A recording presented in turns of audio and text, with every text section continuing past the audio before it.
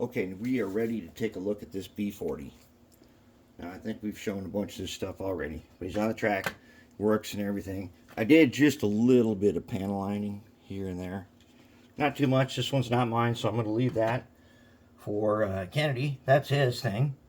He can do more, but let's take a look at what we got here. All right, now let's zoom in here. As you can see, glitter pointer, and this purple thing here is a work platform that I laser cut. I made this circuit board. It's like the Digitrax circuit boards we usually make, but it has to be a little different because you can't even see, but I'm going to zoom in as close as we can. There is a decoder right there. See him underneath all that wiring? That's the new TCS M1. It's a 1 amp decoder with a 1.2 amp max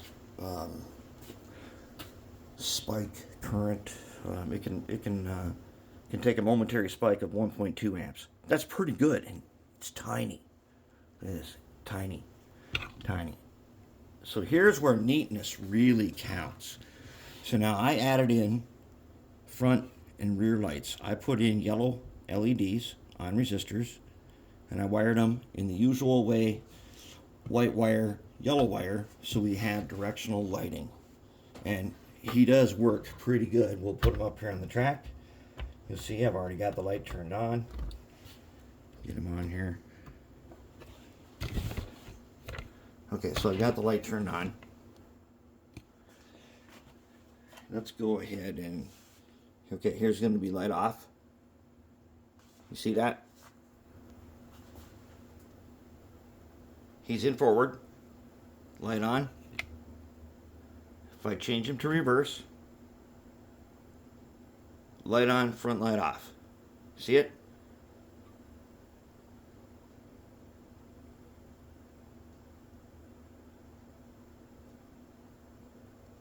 Okay, there he is. That's his only functions.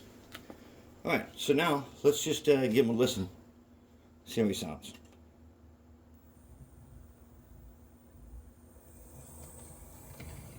Very quiet.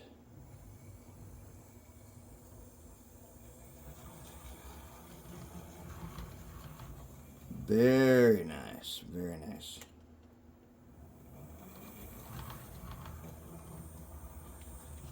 All right, we're going to put his shell back on, put his couplers in, then we're going to do a final reveal on him. But I'm going to tell you right now, that TCS M1 decoder that is so small, it's smaller than the Digitrax DZ123,